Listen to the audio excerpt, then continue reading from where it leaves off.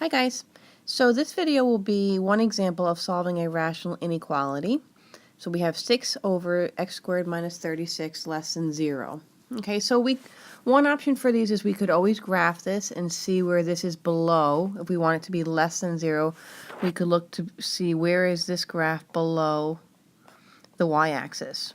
Okay, so you always have that. But as much as in this course we encourage the use of technology in the graphing calculator, I wouldn't want you to be lost on this if you didn't have it. I would still want you to be able to find where this is below 0.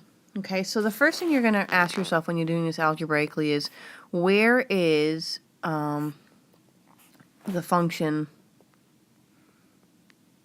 equal to 0? Okay, and that would come from the numerator. When you have a fraction, the fraction equals 0 when the numerator is 0. Like if you have 0 over 10 or 0 over 5, that's when you get a 0 from a fraction. So in this case, this function, because the numerator is a constant 6, is never equal to 0. Okay, and the reason for that, if you look at that, and you were to go look at this graphically and look at the asymptotes, you would see that this has a horizontal asymptote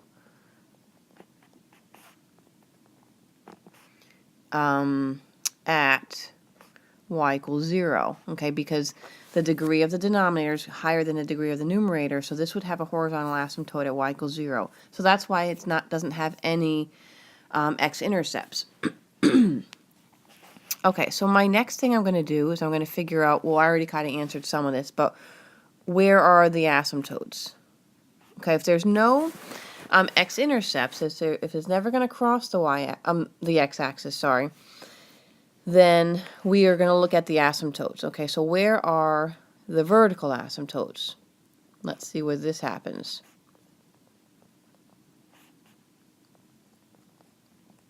Okay, so in this case, because my denominator factors into x plus 6x minus 6, this would have a vertical asymptote as at x equals -6 and x equals 6. Okay, so what we're really going to do is figure out what's happening on either side of these. Okay, so my last step here is decide what's happening. What happens on either side of the vertical asymptotes. Okay, that's what I'm going to find next. Okay, so let's see. All right, so far let's just kind of see what we've got here. If I were to look at this graph, so far I know that, let's just say that's 6, let's say that's -6. Okay, I've got a vertical asymptote here at x equals 6. I've got a vertical asymptote here at x equals -6. And I have a horizontal one right here. So we know the graph is approaching all three of these things. So we know this graph is going to be in 3 pieces. I just don't know which part is going to be above the axis and which is going to be below. And that's ultimately what we're trying to figure out here, is we want to solve for where it's below. Okay, so my next step here is I'm going to use some test points. Okay, so I know I have these two. These are where my vertical asymptotes are. Okay, so if I want to use test points, I'm going to test out values on either side. So let's test the value x equals -7, because that's to the left of -6. Let's test the value x equals 0, because that's in between. And let's test the value x equals 7. Okay, it doesn't have to be symmetric like this, 7 and -7, but I just chose those ones. So if I test those values, so I'm just going back up to the original, remember my original one was 6 over x squared minus 36. I'm just plugging in these x values. So if I plug that in, I'd have 6 over 49 minus 36.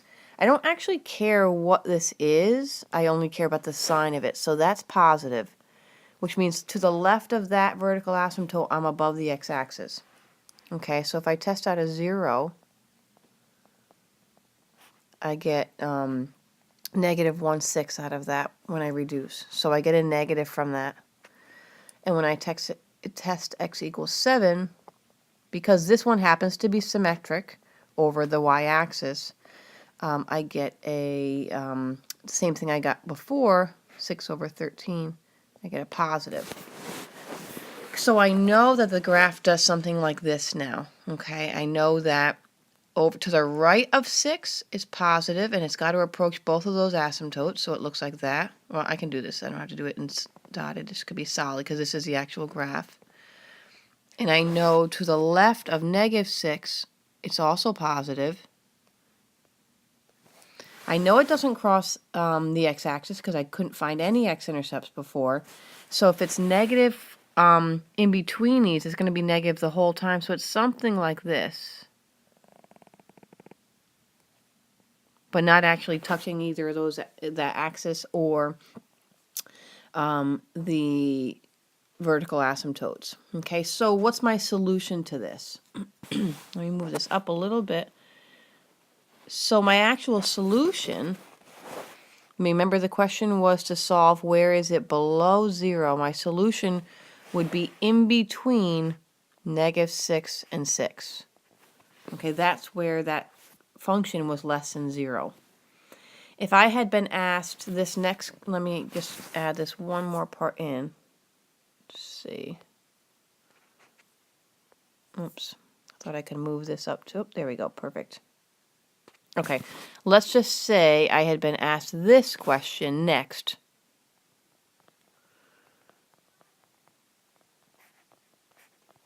Okay, I wouldn't have to redo anything. I know this would be saying where is it above the x-axis, so if I were doing that one, my solution would be outside these two vertical asymptotes. That's where it's above the x-axis. So we would say negative infinity to -6 union 6 to infinity. Okay, so that's where it would be. I would get positive y values out, so meaning above my x-axis. Okay, so that kind of shows you, we did still look at the graph, but we didn't need to use the graphing calculator at all. We didn't need an exact graph. We just needed to see what's happening on either side of those test points to figure out where is my y values coming out positive versus coming out negative. Okay, so hopefully that helps you out.